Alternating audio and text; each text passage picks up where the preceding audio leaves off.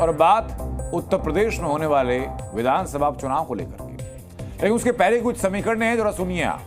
क्योंकि किसी ने सोचा नहीं था कि लोकसभा चुनाव में बीजेपी अयोध्या जी में हार जाएगी, हार गई। किसी ने सोचा नहीं था कि अयोध्या जी में समाजवादी पार्टी जीत जाएगी, लेकिन जीत गई, ये हो चुका है। तो इस बार उत्तर प्रदेश में उपचुनाव का मौसम आया है। राज्य की 10 सीटों पर उपचुनाव होने हैं, जिसमें फिर बीजेपी और समाजवादी पार्टी के बीच टफ फाइट है और सबसे ज्यादा अस्मिता की लड़ाई है मिल्कीपुर विधानसभा उपचुनाव को लेकर। क्योंकि इस उपचुनाव को लेकर के सीएम योगी से लेकर अखिलेश यादव तक पूरा जोर लगा चुके हैं। यह सीट जहां सीएम योगी के लिए साख, अस्मिता, इज्जत का सवाल बन चुकी है, तो समाजवादी पार्टी के लिए बीजेपी को एक और झटका देने का मौका बन चुकी है। उत्तर प्रदेश में होने वाले उपचुनाव की तारीखों का ऐलान नहीं हुआ है, लेकिन सीएम योगी का एक्शन ये बता रहा है कि वो इस बार कोई चूक करने के मूड में बिल्कुल नहीं है। ताबड़तोड़ तैयारियां की जा रही हैं, हर संभव प्रयत्न किया जा रहा है। पिछले 3 दिनों में आज दूसरी बार था जब सीएम योगी अयोध्या पहुंचे। उपचुनाव की तैयारी के लिए एक स्पेशल 30 की टीम बना दी गई है। स्पेशल 30 यानी 30 उत्तर प्रदेश के मंत्रियों की टीम, यानी 10 विधानसभाओं में हर एक विधानसभा में 3-3 मंत्री रहेंगे। मिल्कीपुर जीतने की जिम्मेदारी अपने 4 मंत्रियों को दी।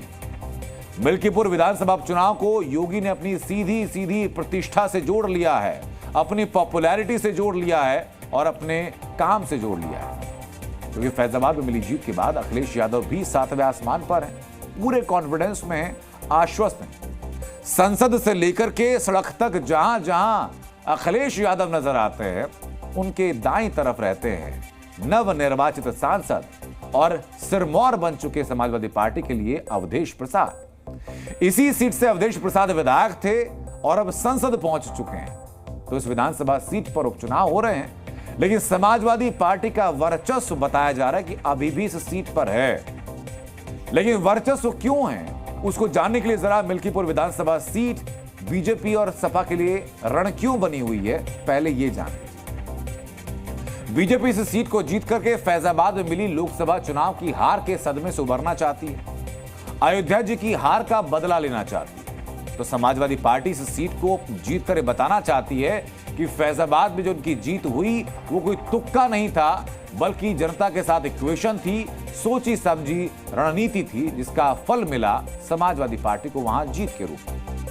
तो फिलहाल अखिलेश यादव चुनावी रेस में आगे नजर आ रहे हैं, क्योंकि फैजाबाद सीट बीजेपी से छीन चुके हैं। सीटिंग सांसद उनके हैं और यही बीजेपी की बेचैनी की वजह भी है।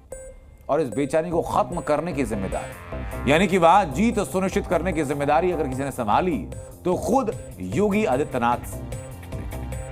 अब मिल्कीपुर विधानसभा सीट का जातीय समीकरण क्या है, यह जानना जरूरी है, क्योंकि इसी जातीय समीकरण की समीकरणों में उलझकर जीत की पूरी स्क्रिप्ट लिखी जाएगी। एससी वोट वहां पर हैं 24%, ब्राह्मण वोट हैं 17%, यादव वोट है 16%, मुस्लिम वोट 9%, ठाकुर 7%, कोरी 6% और अन्य 21%। अब यहां याद कीजिए कि समाजवादी पार्टी पहले से लीड ले सकती है, क्योंकि यादव और मुस्लिम जो कहा जा रहा है समाजवादी पार्टी का परंपरागत वोट बैंक, वो लगभग 25% हो जाता है। उसके अलावा पीडीए फॉर्मूले से एससी को अपनी तरफ और अन्य भी समाजवादी पार्टी अपनी तरफ मानकर चल रही है। किसी एक जाति के हाथ में पूरी तरह जीत नहीं है, लेकिन जातियों को कौन पार्टी कैसे साधती है, ये जीत का पूरा फ्रेम तैयार करेगी। मिल्कीपुर विधानसभा सीट पर लड़ाई ठीक वैसी है जैसी लोकसभा चुनाव के वक्त फैजाबाद सीट पर थी, उतना ही जोर लगाया जा रहा है।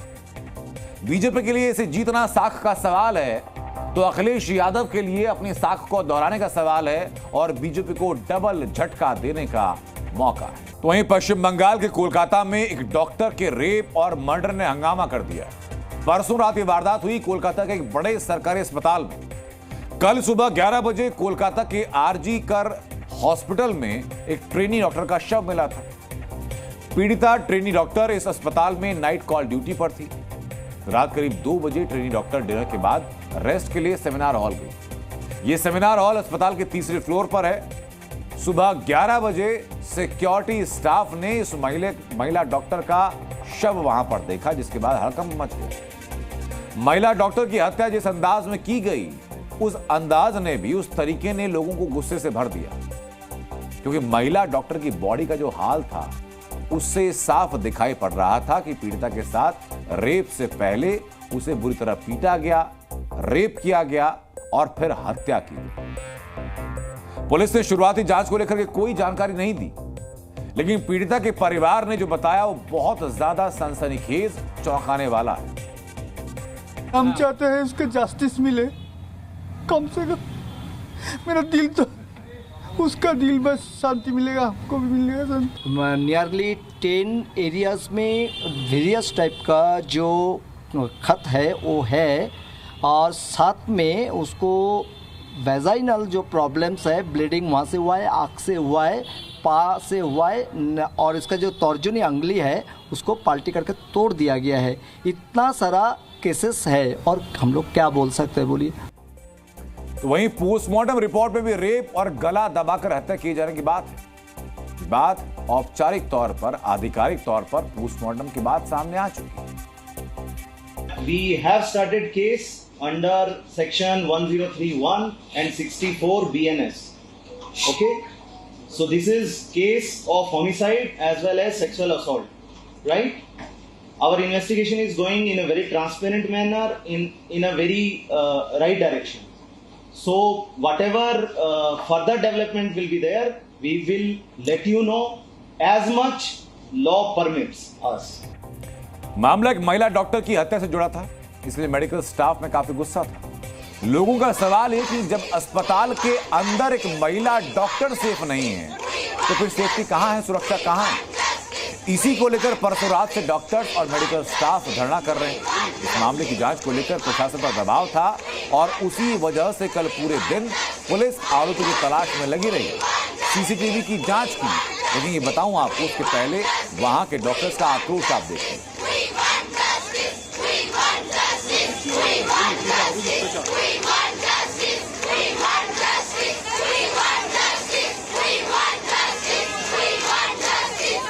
डॉक्टर तो मेडिकल स्टाफ धरने प्रदर्शन पर था।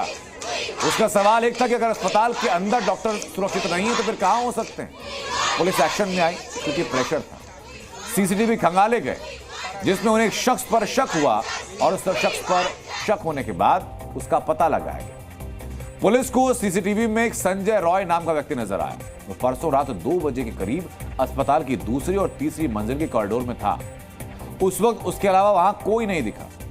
संजय रॉय मरीजों को भर्ती करवाने के लिए अस्पताल में आता था और वो एक सिविक वॉलंटियर था, एक आम इंसान जो कि अस्पताल में सहायता करने के लिए आता था। वारदात की रात संजय किसी मरीज को लेकर नहीं आया था और इसीलिए उस पर शक गया। इसके बाद संजय के ब्लूटूथ हेडसेट ने पुलिस को यकीन करा दिया। पुलिस को पीड़ित डॉक्टर के पास से एक ब्लूटूथ हेडसेट मिला और ये ऑन होते ही संजय के फोन से कनेक्ट हो गया। यहाँ पर रेस्ट रूम नहीं है तो सेमिनार हॉल में, इस बिल्डिंग के 3rd फ्लोर में वो सेमिनार हॉल में पहुंची वहां पर रेस्ट करने के लिए। लेकिन कल सुबह 11:30 बजे एक सिक्योरिटी स्टाफ ने देखा कि बिना कपड़ों का उनकी बॉडी यहाँ पर पड़ा हुआ है।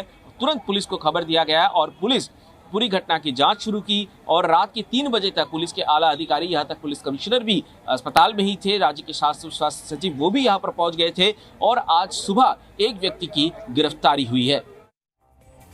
इस वारदात को लेकर राजनीति भी शुरू हो चुकी है। बीजेपी ने इस वारदात को पश्चिम बंगाल सरकार की नाकामी से जोड़ा, क्योंकि पिछले कुछ समय से पश्चिम बंगाल महिलाओं पर अत्याचार की कई घटनाएं हो चुकी हैं। अब लेडी डॉक्टर के रेप और मर्डर के मामले को भी इसी महिला सुरक्षा से जोड़ा जा रहा है। ये चिंताजनक है कि जहां एक महिला मुख्यमंत्री है वहां महिला सुरक्षित नहीं है। पश्चिम बंगाल में ममता दीदी के सरकार के तहत न मां, न माटी, न मानुष सुरक्षित है।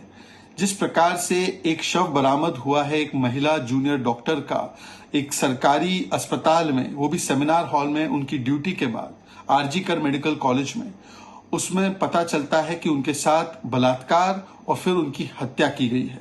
परिवार का भी यही कहना है। जो रिपोर्ट सामने आई है उससे भी यही प्रतीत होता है।